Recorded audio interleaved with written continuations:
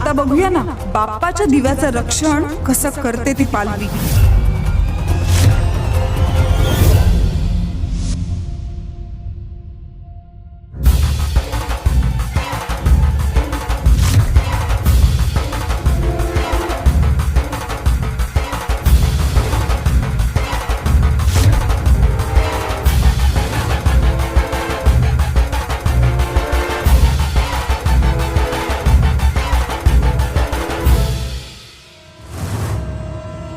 या गीताबाई शेजारी दर्शनाला आल्यात वाटतं, म्हणजे थोड्या वेळात आमच्याकडे सुद्धा येतील. मग हीच वेळ आहे गोमुखच्या नजरेत पालवीला चुकीचं ठरवायची, पालवीला दोष देण्याची संधी आपोआप माझ्याकडे चालून आली आहे.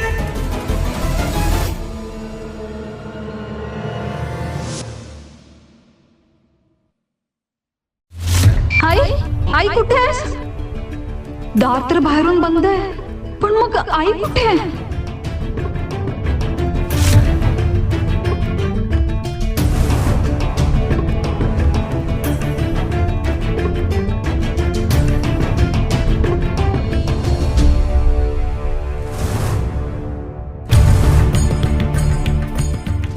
हे कसं शक्य आहे? आईला लागलं असं सांगितलं पण आई घरातच नाही.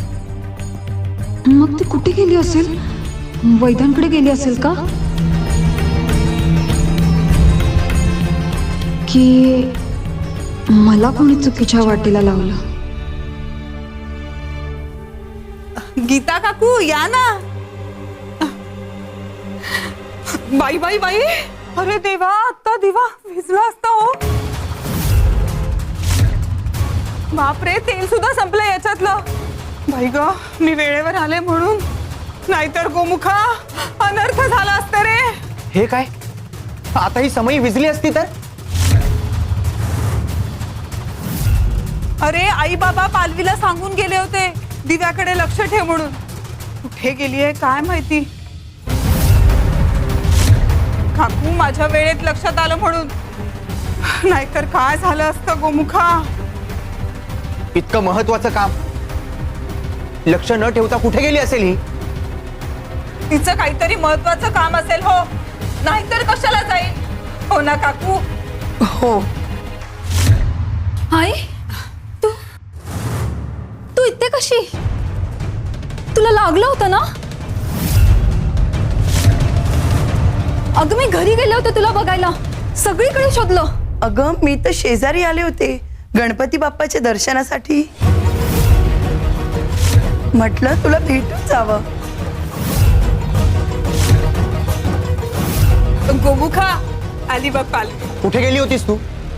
इतकं महत्वाचं काम सोडून कुठे गेली होतीस? मला खोटं सांगितलं होतं की तुझी आई पडली आहे म्हणून मी शोधायला आईला तिकडे गेले होते.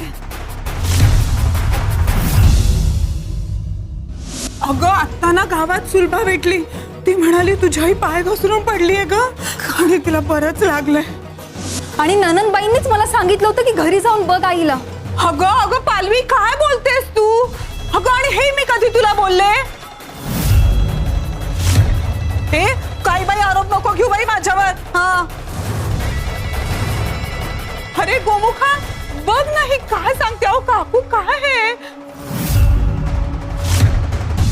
ताईवर असले खोटे आरोप करू नकोस. तुझं चुकलंय तर ते मान्य कर. अगं या घराची परंपरा आहे, हा दिवा विसता कामा नये, तो तेवत ठेवायचा असतो. तुला इतकं साधं काम जमलं नाही? अरे गोमुखा नको ओरडू तिच्यावर एवढं. हा लहान आहे अजून ती. हो खरंच.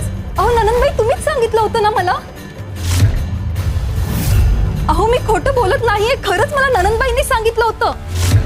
मी बेफिकीरपणाने नाही वागली हो. बस, आता जास्त खोटं बोलू नकोस. का आलीस माझ्या आयुष्यात तू? काय आई बाबांनी मुलगी निवडली आहे माझ्यासाठी, अशी नतद्रष्ट. एक एक साधं काम येत नाही हिला. तुझ्यामुळे सारखा व्यत्यय येतोय माझ्या गणेश भक्तीत. जा माझ्या नजरेसमोरून तू.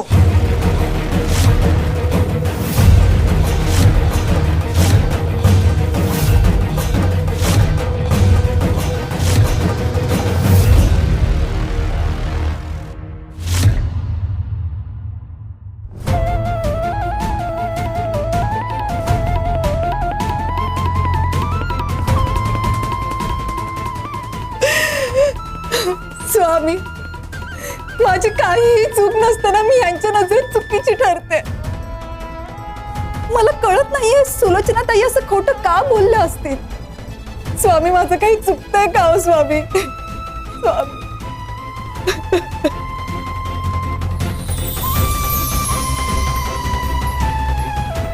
स्वामी, बाळा, मला ठाऊके तुझ्या बाबतीत जे घडते ते चुकीचं घडते, पण काही गोष्टी खडू द्याव्या लागतात. आणि जेव्हा यातून तावून सुलाखून निघशील तेव्हा तुझं आयुष्य सोन्याप्रमाणे लखलखून जाईल.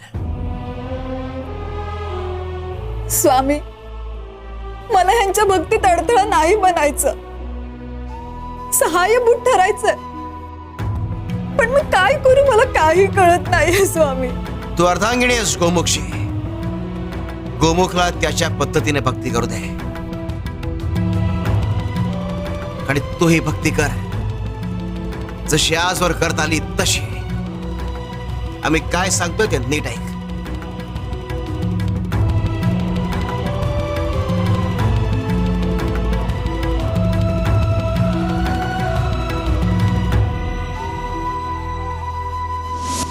श्री स्वामी समर्थ. श्री स्वामी समर्थ. श्री स्वामी समर्थ. श्री स्वामी समर्थ. श्री स्वामी समर्थ. श्री स्वामी समर्थ. श्री स्वामी समर्थ. श्री स्वामी समर्थ. स्वामी आजोबा, श्री स्वामी समर्थ. श्री स्वामी समर्थ.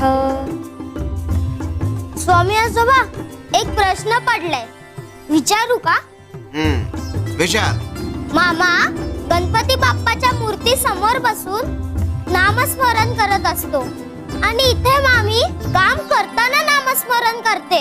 देवाची मूर्ती तर समोर नाहीये, असं नामस्मरण केलं तर चालतं का?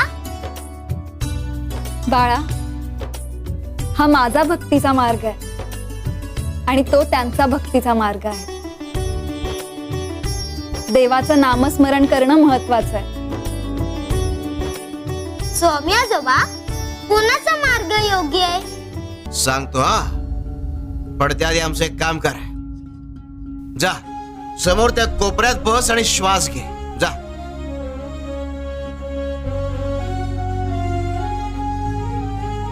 स्वामी आजोबा, मी श्वास इथेही घेऊ शकतो, कोपऱ्यात जाऊन बसायची काय गरज? बरोबर. अरे, ज्याप्रमाणे श्वास तू कुठेही घेऊ शकतो, अगदी त्याचप्रमाणे नामस्मरण तू कुठेही करू शकतो. त्याकरता विशिष्ट जागा आणि विशिष्ट वेळेची काही आवश्यकता नसते. उठता बसता काम करताना कधी नामस्मरण करू शकतो, अगदी श्वास घेतो त्याप्रमाणे, आणि ते देवापर्यंत पोहोचता. कळलं का? हो स्वामी आजोबा. जे निरंजनला कळलं तेच आता गोमुखला समजावण्याची आवश्यकता आहे. पालवी, चल आमच्या बरोबर. शिव शंकर शंभो.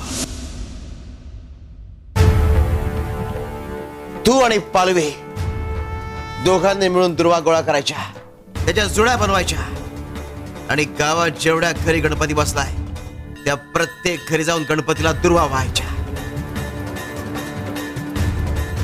शिव शंकर शंभो.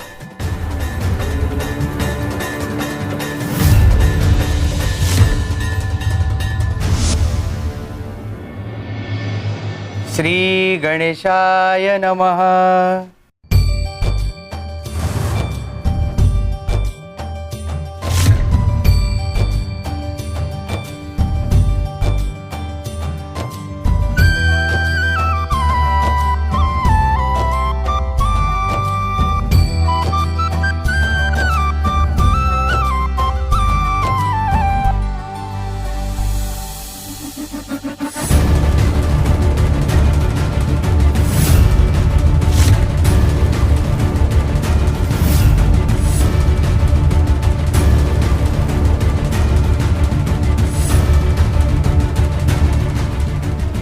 विंचू आहे त्यात, फेकून दे त्या दुर्वा.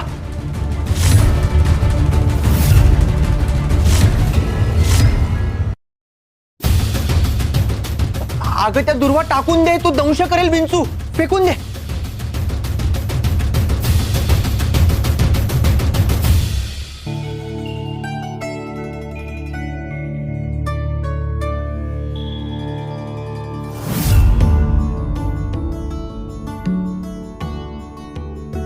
अगं काय केलंस हे?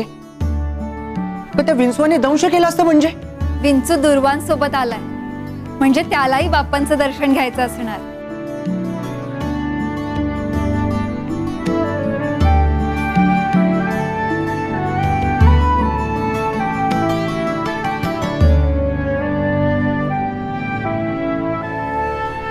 अगं तुझ्या हातात दुर्वा होत्या, त्यात विंचू होता, तू त्या दुर्वा खाली का नाही फेकल्यास? ह्या दुर्वा गणपती बाप्पासाठी आणल्या आहेत आणि त्या दुर्वा खाली पडला असता तर त्याचा अपमान झाला असता आणि दुर्वांचा अपमान झाला असता तर गणपती बाप्पांचाही अपमान झाला असता.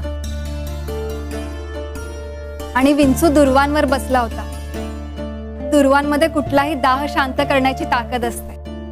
विंचवामधलं विषही त्यावेळी निष्प्रभ झालं असणार.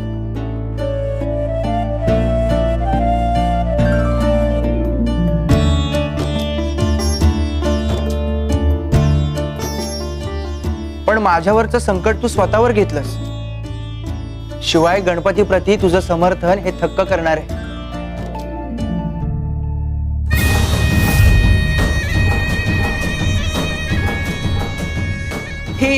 हे जे काही चाललंय ना ते शुभचिन्ह नाहीये.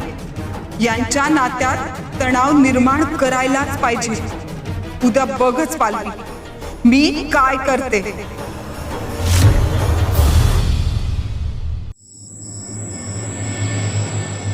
ज्या गोष्टी आम्ही जुळवून आणल्यात त्या वेगळं होण्याचं भय बाळगू नकोस. विघ्न आणि विघ्न संतोषी माणसं प्रपंचाला चुकली नाहीयेत, पण त्यावेळी जर तुम्ही परमार्थाची कास धरून ठेवली तर परमार्थ विघ्न आणि विघ्न संतोषी माणसांवर विजय मिळवून देतो.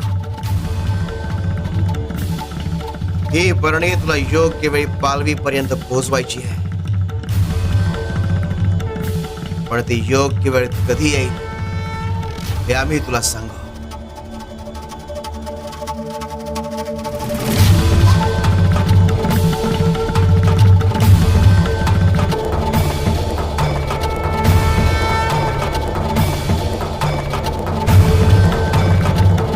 शिव शंकर.